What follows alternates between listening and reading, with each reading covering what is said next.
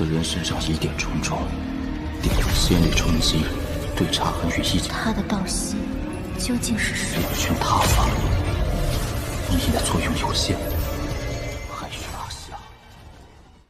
Halo semuanya, selamat datang kembali. Apa kabar kalian semua? Semoga baik-baik saja. Pada video kali ini kita akan membahas spoiler lanjutan dari sebuah film animasi yang berjudul Renegade Immortal. Baiklah, daripada kalian semua penasaran, mari kita mulai saja pembahasan spoiler lanjutan untuk episode kali ini. Tanpa berbasa-basi lagi, langsung saja kita mulai videonya.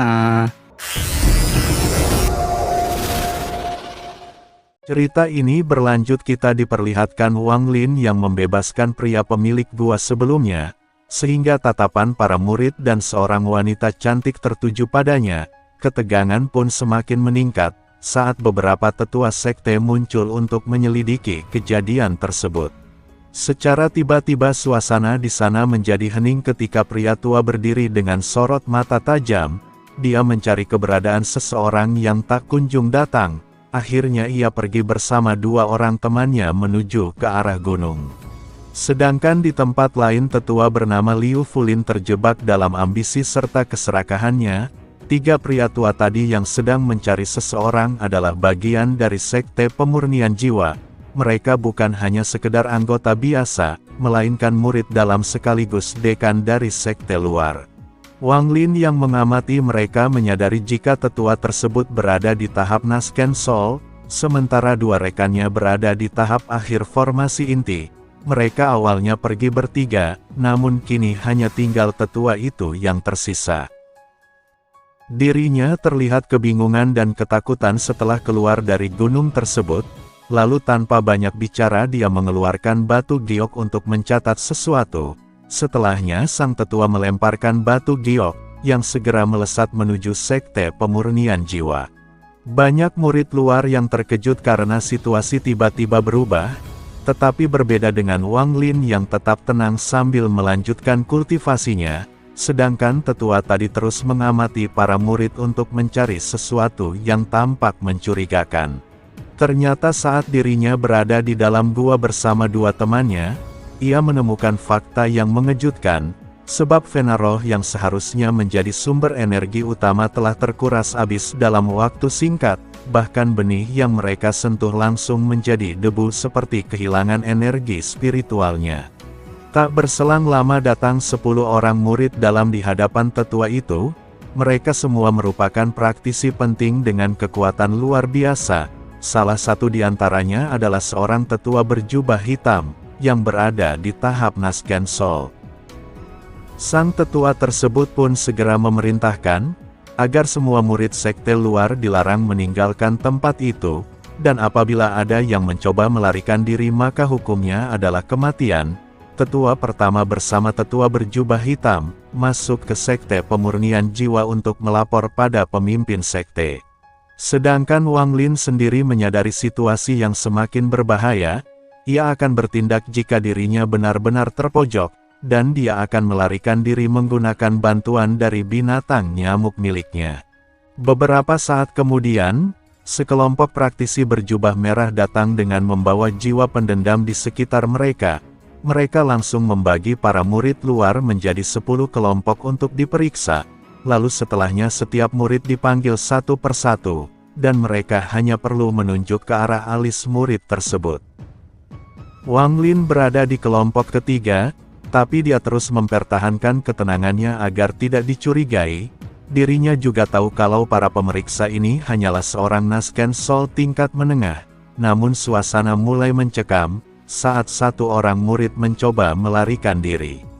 Dia bergerak cepat tetapi penjaga formasi inti segera bertindak untuk menghentikannya, tapi sang murid ternyata cukup kuat sehingga berhasil melepaskan diri dari penjaga itu. Namun sayangnya sebelum dia bisa kabur pemeriksa lainnya mengeluarkan sinar hitam, yang langsung menembus tubuh murid tersebut. Sang murid pun langsung jatuh tak berdaya di hadapan para murid luar lain. Hal itu menyebabkan ketegangan yang semakin meningkat, jadi beberapa murid luar yang mencurigakan mulai dikumpulkan di tengah lapangan. Pemeriksaan terus berlanjut sampai akhirnya tiba giliran Wang Lin. ia maju dengan santai dan membiarkan pemeriksa jubah merah menyentuh alisnya. Beberapa detik berlalu, sang pemeriksa melambaikan tangan yang menandakan jika Wang Lin lolos. Dirinya kembali ke tempat semula tanpa sedikit pun rasa takut. Sekarang sudah 1000 murid telah diperiksa, serta ditemukan 100 murid yang dinyatakan mencurigakan. Kemudian tetua berjubah hitam menyuruh agar murid luar yang lolos pemeriksaan pindah ke gunung lain. Saat ini Wang Lin berada di gua barunya dengan perasaan senang, karena tingkat kultivasinya telah pulih kembali ke tahap pertengahan Nasken Sol. Meskipun menyerap energi dari Vena Roh sangat membantu pemulihannya, namun ia sadar bahwa itu terlalu beresiko. Dan apabila dirinya terus melakukan hal tersebut, maka mungkin akan menarik perhatian para praktisi di tingkatan yang lebih tinggi.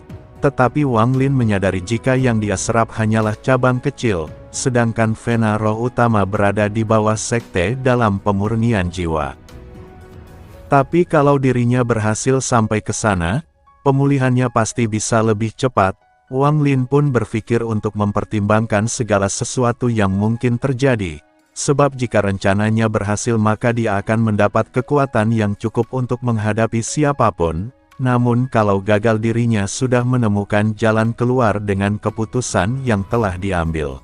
Wang Lin segera menyusun rencana untuk mencapai tujuan akhirnya. Waktu terus berjalan sampai tiba saatnya kompetisi tahunan akan dilaksanakan. Ini merupakan kesempatan besar untuk dapat memasuki sekte pemurnian jiwa. Tetapi hanya murid terbaiklah yang bisa mendapat tempat di dalam sekte. Beberapa orang bilang bahwa harta paling berharga dari sekte pemurnian jiwa adalah bendera jiwa yang mengandung lebih dari 100 juta jiwa. Dan setiap kali bendera itu muncul langit akan berubah warna, seolah dunia juga ikut merasakan kekuatannya. Bahkan tak ada sekte lain di Suzaku yang bisa menandingi kemampuan sekte pemurnian jiwa. Karena mereka memiliki teknik unik dengan metode yang berpusat pada bendera jiwa, lalu jika seseorang bisa mempelajari cara mereka berkultivasi, maka orang tersebut dapat menciptakan bendera jiwa yang tak kalah kuat dari bendera pembatasan. Wang Lin pun mengeluarkan giok langit yang telah kehilangan bagian kecilnya. Ia juga menciptakan serangkaian batasan ilusi hingga muncul di sekitar dinding gua. Lantas dirinya memasukkan giok langit tersebut ke dalam mulutnya. Rasa sakit seketika langsung menyebar ke seluruh tubuhnya. Sementara di sebuah lembah yang dikelilingi pegunungan Dicu terdengar suara tawa Zouru. Terlihat dia yang sedang duduk di atas punggung seekor harimau. Zouru menamai harimau itu dengan sebutan Little White. Harimau tersebut menggeram pelan seakan mengeluh kelelahan. Kehidupannya seperti berubah drastis karena kehadiran gadis kecil ini.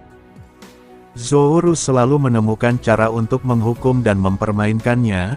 Bahkan sekarang dia menyuruh Little White untuk makan dengan menggunakan sumpit. Tak jauh dari sana ada Tai Yi yang memperhatikan dengan pandangan lembut. Berita tentang hilangnya Wang Lin telah menyebar ke seluruh wilayah Chu, namun dirinya memilih untuk tak memberitahu Zouru tentang hal tersebut, sebab dia yakin bahwa Wang Lin pasti akan kembali sesuai dengan janjinya. Di sebelahnya ada katak guntur, dirinya sedang teringat tentang pertarungan mengerikan dan perebutan wilayah. Dia juga merindukan petualangan lama, serta sosok Wang Lin yang telah membawanya keluar dari sana. Sedangkan di sekte pemurnian jiwa kompetisi murid inti akan segera dimulai. Di dalam gua Wang Lin perlahan berhasil menghilangkan domain Yuan Feng dan segel Suntai, sebab sebagian besar giok langit yang diserap telah bekerja untuk memutuskannya. Kemudian dirinya berjalan keluar gua disertai pandangan yang mengarah ke pegunungan. Wang Lin merenungi tentang perjalanannya yang cukup panjang, yaitu beberapa pembantaian demi pembantaian yang telah ia lalui, bahkan sebuah kematian yang mungkin begitu akrab baginya. Namun kehidupan merupakan sesuatu yang masih terasa asing untuk Wang Lin.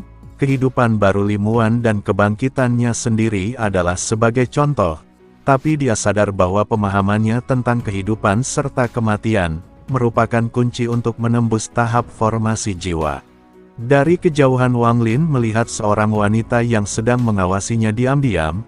Tatapan wanita cantik itu penuh kebingungan dan juga ketidakberdayaan. Karena penasaran, Wang Lin pun secara perlahan mencoba untuk mendatanginya. Wanita tersebut yang ternyata Liu Mei langsung berkata, "Sepertinya kau tak mengingat diriku." Wang Lin akhirnya mencoba mengingat siapakah sebenarnya wanita di hadapannya itu. Setelah berhasil mengingat, dia bilang, "Liu Mei yang aku kenal adalah murid sekte Xuandao, bukan dari sekte Suzaku." Dengan cepat Liu Mei berniat untuk menjelaskan apa yang sebenarnya terjadi, tapi tak sedikit pun Wang Lin tertarik untuk mendengarkan perkataannya. Semua itu karena Wang Lin telah melihat gelang milik Hong di tangan Liu Mei. Tak banyak bicara, ia segera pergi meninggalkan Liu Mei seorang diri. Liu Mei pun hanya bisa menatap gelang di tangannya sambil menghela nafas. Dirinya bergumam bahwa Wang Lin telah banyak berubah dalam 500 tahun terakhir. Bahkan saat ini hati Wang Lin sudah sekeras baja, namun tak ada seorang pun yang tahu apa sebenarnya hati Dao yang dimiliki oleh Wang Lin, dan memang tidak ada yang benar-benar memahami isi hati Wang Lin selain dirinya sendiri. Sejak kemunculan Liu Mei, perasaan gelisah mulai menyelimuti dirinya. Sekarang negara Suzaku bagaikan raksasa besar yang kehadirannya terasa di seluruh penjuru dunia. Sebab semakin tinggi tingkat kultivasinya, maka semakin jelas dia menyadari hal tersebut. 2 hari kemudian kompetisi di sekte luar akhirnya dimulai. Puluhan ribu murid dikumpulkan dalam ratusan arena. Setiap arena dipenuhi oleh pertarungan sengit yang tanpa henti. Para murid bertarung mati-matian demi mendapatkan kesempatan masuk ke sekte pemurnian jiwa. Aturannya sangatlah sederhana, pilihannya adalah menang atau mati.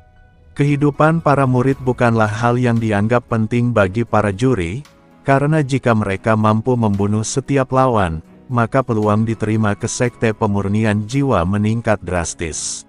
Bahkan legenda mengatakan kalau dahulu ada seorang iblis yang membantai semua musuhnya, tapi tetap diterima walaupun tak keluar sebagai pemenang, sehingga sejak saat itu, rumor tentang keuntungan membunuh sebanyak mungkin dalam kompetisi terus berlanjut. Lalu setiap kali kompetisi digelar, setengah murid luar pasti tak akan keluar hidup-hidup, bahkan mereka yang selamat harus membayar harga mahal untuk tetap bertahan. Setelah setiap pertarungan, sekte pemurnian jiwa semakin kuat, dengan menyerap jiwa-jiwa yang mati ke dalam bendera jiwa. Beberapa hari ini Wang Lin terus mengamati pertarungan dengan seksama, dan setiap ada yang tewas, jiwa mereka menghilang terserap ke dalam arena. Kemudian tiba saatnya Wang Lin bertarung. Seorang murid inti berjubah hitam yang mengawasi pertandingan sangat terkejut melihat Wang Lin, sebab tingkat kultivasi miliknya cukup tinggi jika dibandingkan dengan murid luar lainnya. Murid nomor 8972 segera maju dan membentuk segel menggunakan tangannya. Kemudian dia menghempaskan bola api secara bertubi-tubi ke arah Wang Lin. Sebelum menyerang balik, Wang Lin menekan tingkat kultivasinya ke tahap pertengahan formasi inti. Dan hanya dengan satu kali serangan tubuh murid tersebut bergetar hebat, bahkan bola api yang dia keluarkan seketika menghilang. Bersamaan dengan tubuhnya yang terjatuh tak sadarkan diri, Wang Lin tak berniat membunuhnya, sebab baginya membunuh lawan yang selevel hanya membuang-buang tenaga. Hari-hari terus berlalu serta sudah banyak murid luar yang tewas. Setelah 7 hari penuh pertumpahan darah dari ribuan peserta, kini tinggal tersisa hanya 100 orang yang berhasil bertahan. Sementara setengah dari mereka ada yang tewas, dan ada juga yang langsung menyerah lebih awal. Dari 100 murid luar yang tersisa ada 4 orang yang menarik perhatian sekte pemurnian jiwa. Salah satunya adalah seorang pria tua berambut abu-abu di tahap konformasi. Dan pada akhirnya spoiler untuk episode 86 pun bersambung. Oke, cukup sekian, terima kasih untuk video kali ini, dan sampai jumpa di video berikutnya.